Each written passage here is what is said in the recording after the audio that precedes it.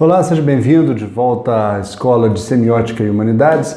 E hoje, atendendo a pedido que nós recebemos aqui pelo YouTube, vamos falar um pouquinho da semiótica de Saussure, da semiologia saussuriana.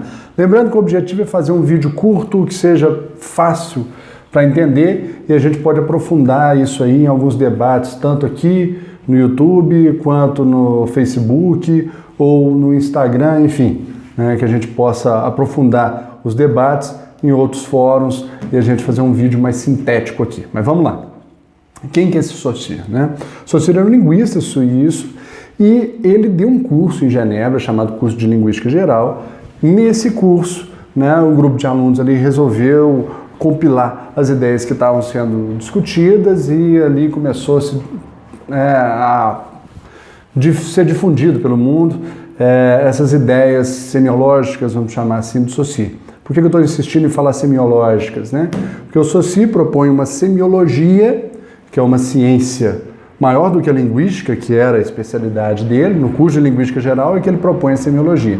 Seria uma ciência maior que desse conta dos processos de representação, de significação como um todo, sendo a linguística uma parte dessa ciência que desse conta da linguagem verbal.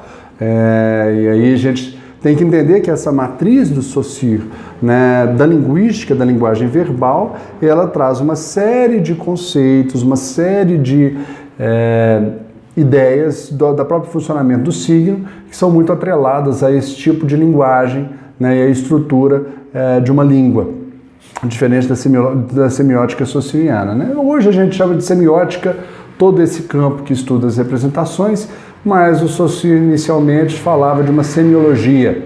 E o que ele fala ali? Bom, primeiro é importante entender que ele propõe uma ciência, né, maior, que desse conta das representações, como a gente disse, e aí ele vai falar do funcionamento do signo dentro da linguagem verbal, dentro da língua, como sempre sendo entendido como parte de uma estrutura maior e funcionando dentro e de acordo com essa estrutura.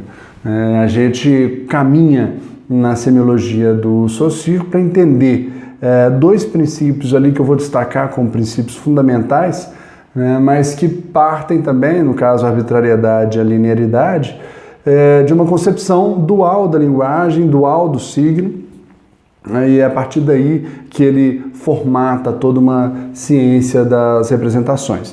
Bom, o signo para Saussure, ele é uma moeda de duas faces, né? A gente tem um balão dele que sempre é utilizado para representar, que é um significante que está atrelado a um significado. E aí, muitas vezes, a gente se rende, né, a uma questão didática para falar que o significante é a palavra, o significado é o conceito atrelado a essa palavra. Não é bem isso. O Saussure fala do significante como uma imagem acústica, né? Sendo uma imagem acústica, o significante também é algo mental, né? Algo que surge a partir da nossa percepção do signo, mas essa primeira impressão que você tem do signo, essa imagem acústica que se constrói a partir da relação com a materialidade significante. Não a matéria em si, não esse material simbólico, mas essa imagem acústica que ele provoca é entendido pelo Saussure como um significante. Esse significante ele está atrelado, colado a um significado, a um conceito, a uma ideia maior, né, que ele veicula e que ele representa. Bom, mas na verdade o que representa não é o significante que representa o significado. Significante mais significado compõe signo e o signo sim é que representa alguma coisa. Bom, mas vamos lá. O significante é atrelado ao significado para o Saussure de acordo com um princípio fundamental que é o princípio da arbitrariedade. A relação do significante com o significado ela é arbitrária. O que quer dizer isso? Não existe uma lógica, não existe uma determinação, uma motivação do significante em relação ao significado. Ou seja, uma palavra não tem aquele nome, né, de acordo com o significado que ela veicula, né, ou que ela representa. Existe, né, um nível de convenção, de convencionalidade da linguagem que faz com que culturalmente a gente defina, né, o sentido que determinada palavra vai ter ou que palavra determinada ideia vai ter, né, que nome que significante vai ser atrelado àquilo. Mas, na verdade, quando a gente olha para o mundo e observa alguma coisa e dá nome a ela, né, a gente não apenas nomeia essa coisa, mas transforma essa coisa numa ideia que vai receber um nome. A ideia de cachorro é maior do que um exemplar do cachorro. Bom, mas para o Saussure é importante entender que o que faz com que cachorro se chame cachorro, essa imagem acústica que vem a partir da impressão de cachorro na nossa mente, ela está totalmente atrelada uma à outra por causa de uma convenção social que é arbitrária.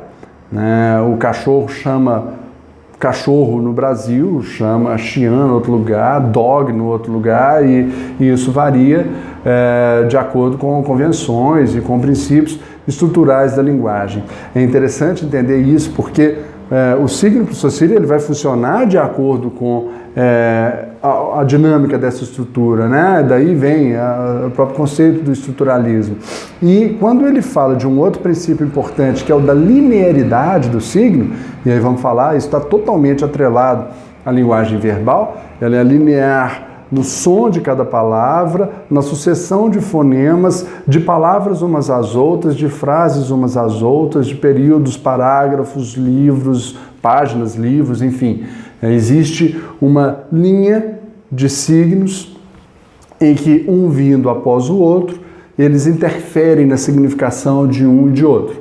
Por isso que manga, quando eu digo manga, pode ser a manga da blusa ou a manga fruta, né? Isso vai assumir o valor de fruta, o valor de parte de uma blusa, de uma camisa, de acordo com o contexto, com o cotexto, com as outras palavras que estão ali amarradas, ou o contexto em que, né, os interlocutores estão inseridos e que vão, né, compor esse processo de significação.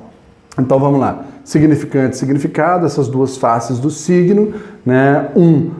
Relacionado a essa materialidade significante, a imagem mental, essa imagem acústica que eu construo a partir da minha relação com o signo, o significado, a ideia que ele carrega. A relação do significado com o significante, ela é arbitrária, ela é definida a partir de uma convenção social e muitas vezes a gente só vai entender qual que é o significado que efetivamente um significante carrega de acordo com a relação desse significante com outros significantes dentro de um texto, dentro de um contexto, né, e de acordo com a linearidade da própria fala, né, e da escrita, a gente percebe como que essa estrutura maior do que cada palavra é que vai interferir no processo de significação. Essa dualidade significante e significado, ela se estende na semiótica, na semiologia saussuriana, para falar de, enfim, metonímia, metáfora, de fala e língua e várias outras situações que o Saussure